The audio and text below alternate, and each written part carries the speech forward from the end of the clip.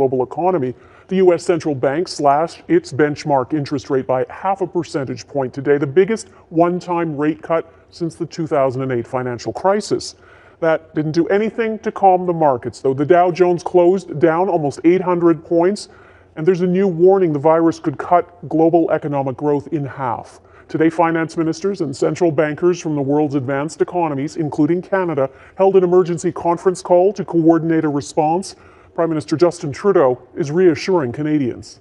We recognize the very real economic impacts of the coronavirus globally. We also recognize that there will be impacts on Canadian businesses, on Canadian entrepreneurs, and we will always look for ways to minimize that impact and perhaps give help where help is needed.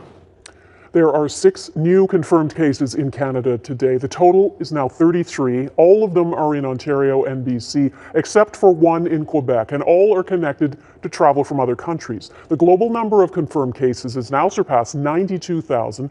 More than 3,100 people have died. The World Health Organization says that puts the world in uncharted territory.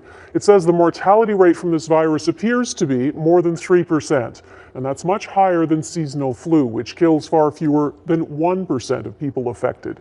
In tonight's top story, Couteur looks at preparations underway here in Canada for a potential spread. It's the next stage in the fight against COVID-19. Toronto area transit agencies have started disinfecting buses and trains daily to stop any spread of the novel coronavirus. We piloted a special long-acting antimicrobial agent on a train. It was quite successful.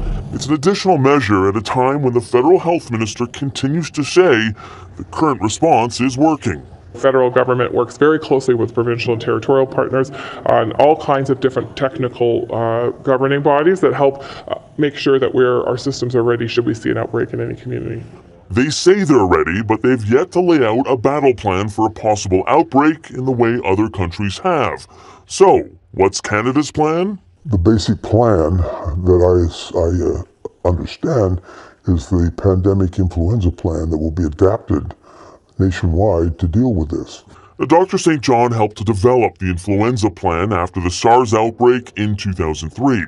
He says it's not time to implement it, but it is time to explain it to Canadians. I think it would give people a sense that number one, there is a plan.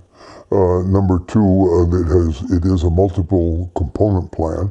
It deals with the private sector. It deals with security sectors like police, fire, ambulance. He says public health officials are trying to strike the delicate balance between informing the public and causing panic.